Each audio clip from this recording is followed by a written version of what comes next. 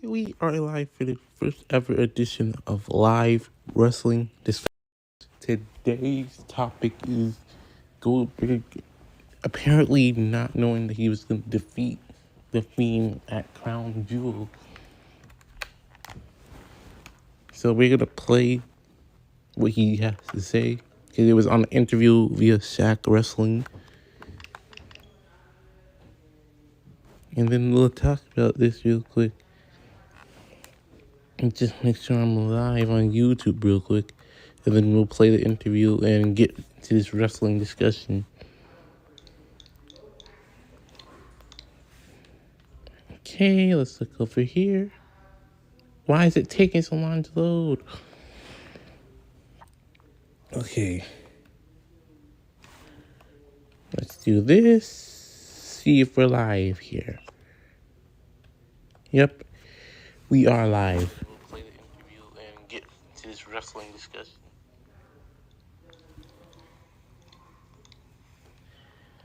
Okay, so we are live. So let's play what Goldberg says. You had the match against the Fiend. Here's I what he know has a to lot of say. people were sort of upset. Actually, they were upset prior to that. They were upset over the Hell in a Cell match with Seth Rollins, but it looked like Bray was set for something so big, and it kind of came crashing down. Is there any truth, because I would like you to be able to defend yourself, that Bray was supposed to win that match, and then you sort of objected and suggested that you should win the match? Let's put it this way, okay? And I've never said anything that wasn't true in the wrestling business. When I'm a talent and I do what the boss tells me to do. I flew to Saudi Arabia knowing that I was going to lose. Then somehow it changed and the finish was different. And it surely wasn't me, because it's an extremely selfish move, number one, to do. Number two, then truly it wouldn't be about the business, it'd be about myself. And number three, who the hell am I as a part-time guy to come in and demand anything? Truly, I mean, I'm not. Vince gave me opportunities that, maybe I didn't deserve in the past. And I owe that man just about everything.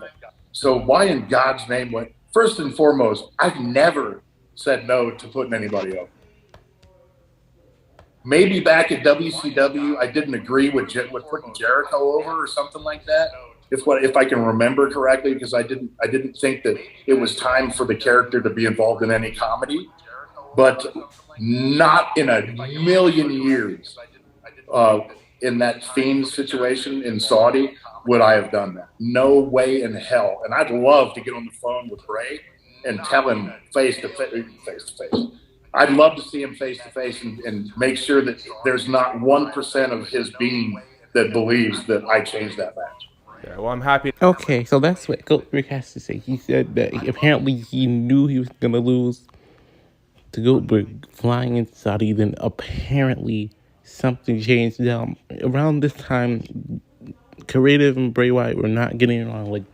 I think this is when Creative was taking over Bray Wyatt's character, basically.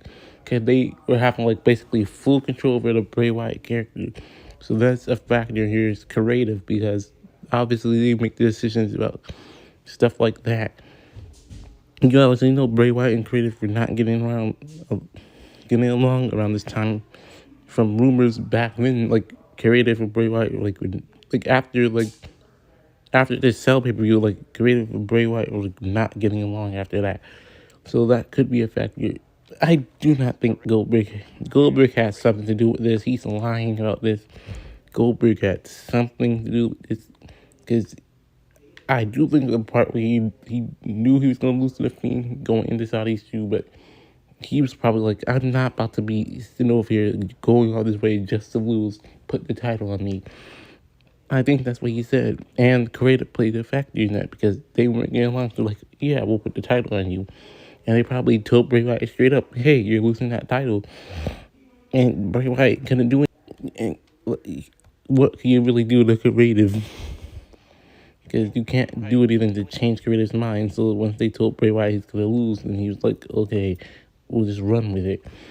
Because I do think after the Cell pay-per-view that like the fiend and creative were never gonna get along. Bray Wyatt and creative were never gonna get along after the Cell pay-per-view. Like after what they did to him with Seth Rollins and everything, I do not think they were gonna get along, and that played a factor, I think, in the Fiend not winning not retaining his title at Super Showdown. And Goldberg did play a factor as well, because it's a creative factor. And then it's Goldberg saying, hey, I want to win the title. I don't want to not win. Because apparently he did it for the fans. Like, he said the fans would like him to win. Like, I remember that rumor from all the way back then. And I think that is the case there. He thought that fans would like to see him beat the Fiend and win the title, because he thinks he's really over in Saudi Arabia when he's really not. So that's what he thought. It's like, hey, I don't think this is a good decision. I want to win the title so people in Saudi Arabia will be happy. And I think that's a factor, and creative's a factor in there. Like, because Bray Wyatt and creative really, like, after, like, what was the last good pay-per-view with Bray Wyatt that Bray Wyatt actually got to do something good? Like, I think the last good pay-per-view where Bray Wyatt and creative were good was before the Cell pay-per-view. Wait, was that the Fiend's first pay-per-view? No, I think the last good pay-per-view was actually SummerSlam, to be completely honest. Sometime after Saudi Arabia, they did the good things to Fiend, like decent booking decisions. But really, after SummerSlam, they were done with the Fiend. Like, completely. Like, they gave him that good entrance, the cool entrance, but after that, they were done with the Fiend. Creative was done with the Fiend. And that's basically why the Fiend lost almost every time, or was close to losing. Like, he won matches, but creative and him weren't going to get along. So eventually, this was going to happen, where he would be losing more often. It'd be booked weaker, because he was starting to get booked weaker and stuff like that. So that's why I think that he lost the title, because creative and Goldberg had something to do with it. So those are factors in there. Like I said, the last good pay-per-view, I think, for the Fiend was SummerSlam. Like, SummerSlam was the last good, and that was his first pay-per-view, and that sucks. I think SummerSlam was the last good pay-per-view for him, like when him and creative were really getting along with SummerSlam, because that's when he first created the concept of the Fiend, everything, and SummerSlam was his first pay-per-view, and WWE let him show off this new character, this new dark character. Everyone loved it. And then over time, I guess Bray didn't agree with creative was trying to do with his character, what direction they were trying to take him in, and he just said, "Screw it, I'm not doing this." Like, maybe he turned down one of their ideas. Maybe that was a factor. Maybe he turned down one of their ideas and was turning down ideas, and creative was getting, like, really angry with Bray, and then they just decided to bury him slowly but surely. They were gonna bury him, and the best way to bury him is to put the title on him, make him the title for a few weeks or so, and then make him lose to someone like Goldberg. I do think, like, this is what WWE laughing in Bray Wyatt's face. Like, this is WWE laughing in his face. This is creative laughing in his face. Like, we have all the power over your character. Don't disagree with us. Like, this is basically what WWE were doing. The creative was doing when they took the title off the Fiend and made him lose to Goldberg. Like, they were, like, laughing at his face. Like, who do you think you are, Bray Wyatt? Stuff like that. Because Bray Wyatt really didn't have creative control over his character anymore after Super Showdown. Like, I'm going to be honest. Like, I think after SummerSlam, something happened. Maybe, like, a few months after SummerSlam, leading up to Super Showdown, something happened, and the Fiend and creative weren't really clicking anymore. Like, the feud with Seth Rollins was okay, but you see what happened there. And that was before, like, Crown Jewel. So something happened in the mid-time before the Cell pay-per-view to make creative and Bray Wyatt not get along. I don't know if creative pitched the idea that Bray Wyatt didn't like, and they said he had to do it, and he just pitched it down. He didn't want that idea, and he just down pitched it, and creative weren't really happy about that, and they said, okay, you don't want to do what we don't want to do what we're gonna do, we're not gonna do what you want to do, we're just gonna do what we want to do instead. Maybe something like that. I do not know, but it's something around the line, because WWE and creative did not get along sometime after that, sometime before that Cell pay-per-view, and after that Cell pay-per-view. Like, Bray Wyatt and creative were not really getting along. I don't know what sparked this, like, such early, maybe like they were trying to do something that he didn't want to do. Maybe he has a plan in mind to like further the character, the Fiend, early concept of the Fiend. Like maybe he had plans to further that, and then out of the blue, creative just changed it, and Bray Wyatt didn't like it. He tried to downpitch it to no avail, because creative said, "This is our plan. If you don't like it, then you can either take it up with Vince or something like that." And Bray obviously know he wasn't going to win with Vince. Like, he knew he was probably not going to win with Vince, so he just had to run along with it, because he knew he was not going to win with Vince. I think that's what happened. Like, he's like, if you don't like your direction of your character, you can take up with Vince or something like that. And I think at that point, Bruce like, screw, I can't win against Vince. We'll just run with it, or something like that. It had to be before the Cell pay-per-view. Something happened, sparked creative to not be working with Bray and stuff like that. But anyways, you guys, I'll be right back. I'm gonna play this interview so my phone doesn't turn off. Because my phone turns off, this live stream ends. So I'm gonna play this. For anyone new joining this wrestling discussion, our next topic is going to be WWE turning to TV 14, so we'll be right back. Hear that. I like to stay away I'm just from gonna that play stuff the for the most part, but I do think it's back. important, if possible, to give people the chance to sort of defend themselves. You don't want to give too much weight to it, though. You know. Well, that's the first time I've actually been able to defend myself in that situation. Well, good. Thank you. Thank you for answering it, and I appreciate that your willingness and allowing me to sort of be a part of that. Last thing before we move on to some fun stuff, because I do like to kind of end this, getting to know you as a person a little bit better. Obviously, people talk a lot about the Brett match. I'm not too interested in rehashing that or what's come since, but you mentioned, I think on Inside the Ropes during that live show, how much you idolized Brett. What was your relationship like with Bret Hart before that match? I was a sponge, and he taught me, I learned through osmosis from Bret. To have a talent like that down at WCW at the time, when I felt as though everyone was trying to expose me and push me in the wrong direction. Okay, we are back, and now our next topic here on Wrestling Discussions is going to be WWE apparently moving to TV 14. So, let me get a graphic up for that. To have a talent like that down at WCW at the time, when I felt as though everyone was trying to expose me and push me in the wrong direction. We are back, and now our next.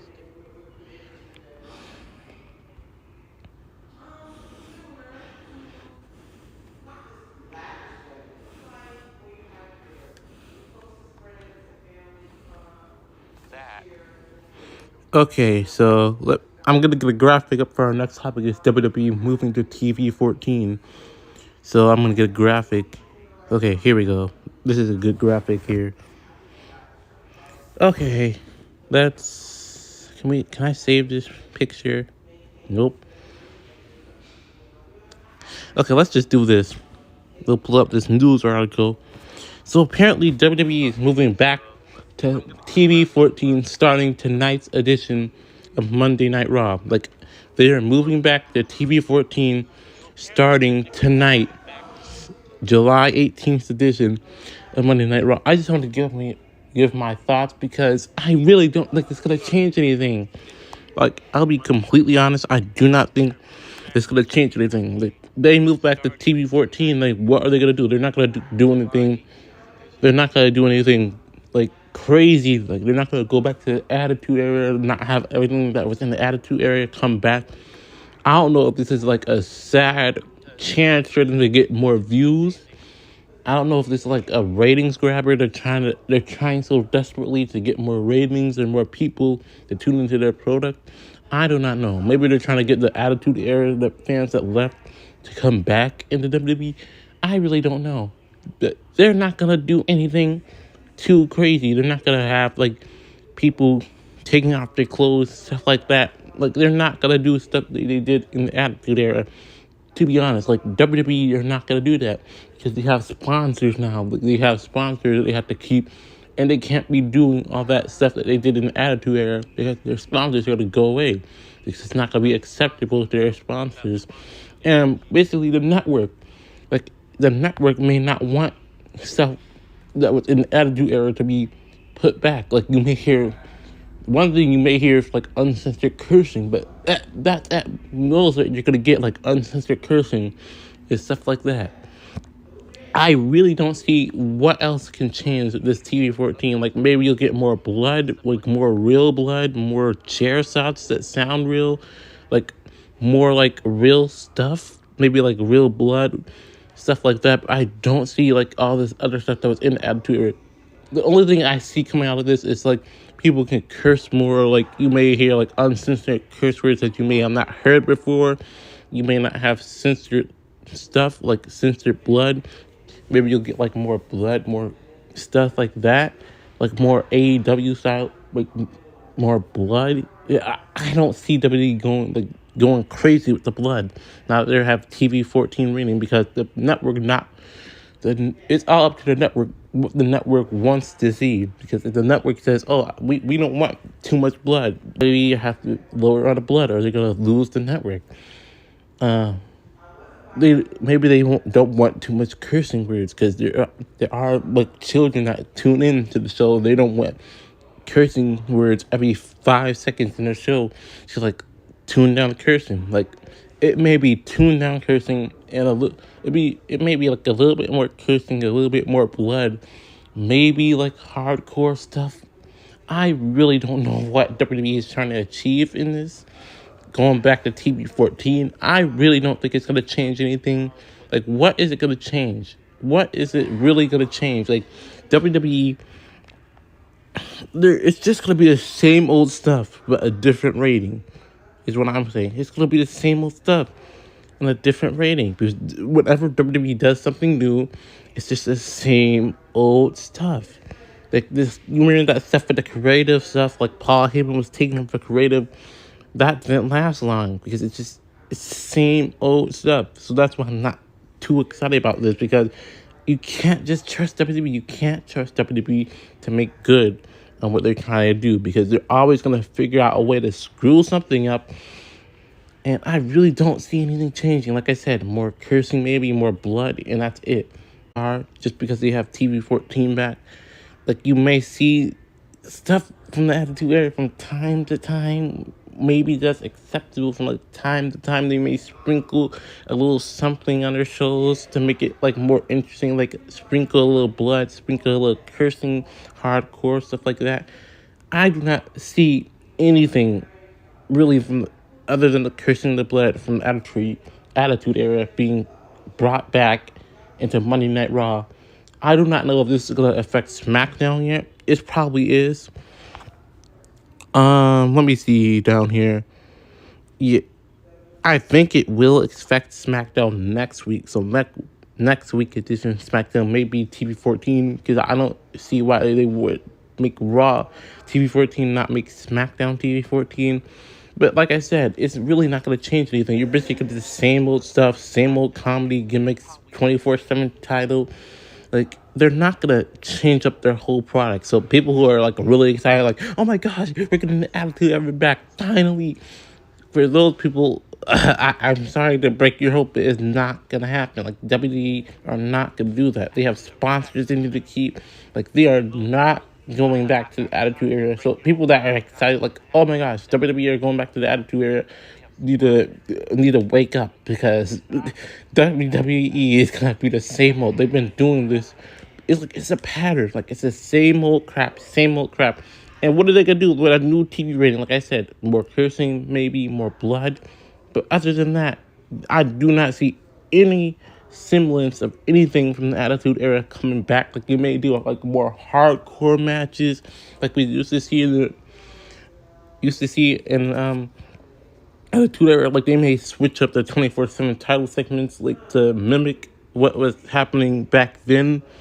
in the Attitude Era where people were just making stuff for the hardcore, making hardcore matches for the 24/7 title. Even then, where people tune into that, like backstage brawl, hardcore brawl for the 24/7 champion, I think that would be cool. But other than that, I do not see anything changing. Like, what's gonna change when WWE goes to TV14? Like, nothing's gonna change. It's just gonna be the same old stuff that they've been doing.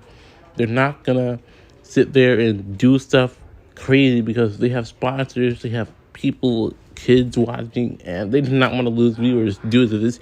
Because you have to think, if they started doing everything that they did from the Attitude Era, not only would they lose sponsors, they would lose multiple fans because their children watch this show. Their children watch the show, and they do every step.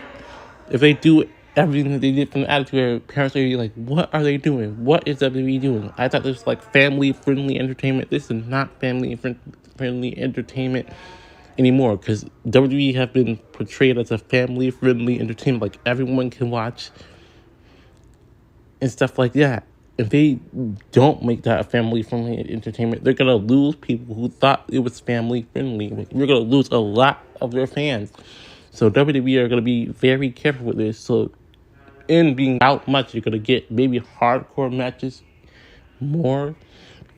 But other than that, I do not see what else is gonna come from this. Like, nothing good is gonna come from this. Like, I'm not excited about this. Like, seriously, like, WWE is just trying to do stuff to, like, get ratings. They're desperately trying to pull in that hardcore, maybe, like, WWF fan base that left them.